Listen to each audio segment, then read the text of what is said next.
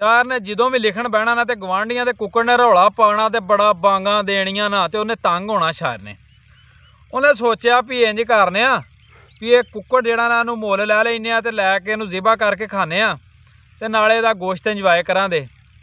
अपने मुलाजम नूं शायर ने पैसे दे ते कढ़ के भी आला गवांढियां कोलों ना किसी कीमत भी जिन्ने दा कुक्कड़ देंदे ने लै आ ते लियाण के उहनूं पका ते अपने ना शायर ने तिन्ना चों दोस्तां नूं दावत दे दी भी अज ना तुहाडी दावत मेरे कोल देसी मुर्गा कीता ते तुसीं खाना। मैं उवें आ गए मुलाजम जिहड़ा सी उधरों मुर्गा पका रहा सी वो हुण ना जिहड़ा सी ना शायर वो अपने दोस्तां नूं हुण दस रहा भी ये गवांढियां दा मुर्गा सी ते मैनूं बड़ा तंग करदा सी ते मैं जदों भी अपना पुरसकून माहौल च लिखण लगदा सा ना ते शोर पांदा सी ते मैनूं तंग करदा सी। अज उहदा गोश्त भी आपां इंजॉय करना वैं ते नाले शो तो जान छुट गई। अज आपां वेखो बैठे ना तुसीं मेरे कोल आए जे ते किड्डा सकून है, कोई बाहरों आपां नूं शोर नहीं आ रहा। अगे तुसीं मेरे कोल आउंदे ना ते ओह मुर्गा बड़ा शोर पांदा सी ते आपां नूं उहने सकून नाल ना गपशप नहीं सी लाण देनी। उन्ने चिर नूं ना ओहदा मुलाजम गोश्त पका के ते लाया लियाण के जो उन्हें अगे रखिया ना तो अपने शायर नूं आंदा सर गल ये वे भी वो मुर्गा उन्होंने नहीं दिता। मैं उन्होंने बड़ा आख्या भी किसी कीमत भी दे दो, उन्हें आख्या असां वेचना ही नहीं।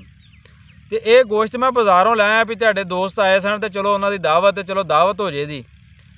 तो शायर तो कह रहा सी अपने दोस्तों भी बाहरों मुर्गे की आपां नूं आवाज़ां नहीं आ रही, किसी किस्म का शोर नहीं पै रहा।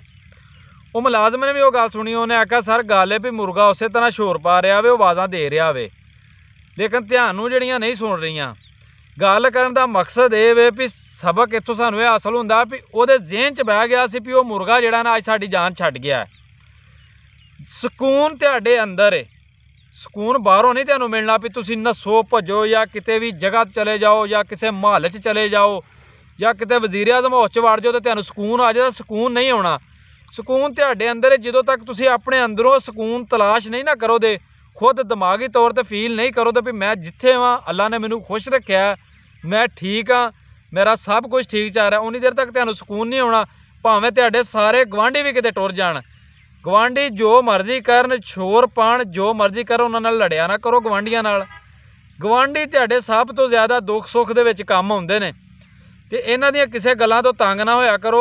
अपने अंदरों सकून महसूस करया करो। अगर उन्हां दे बच्चे शोर पा रहे ना तो कोई गल नहीं, बच्चे ने खेडण दिओ। इवें दियां निक्कियां निक्कियां गल्लां तो गवांढियां नाल ना लड़िया करो।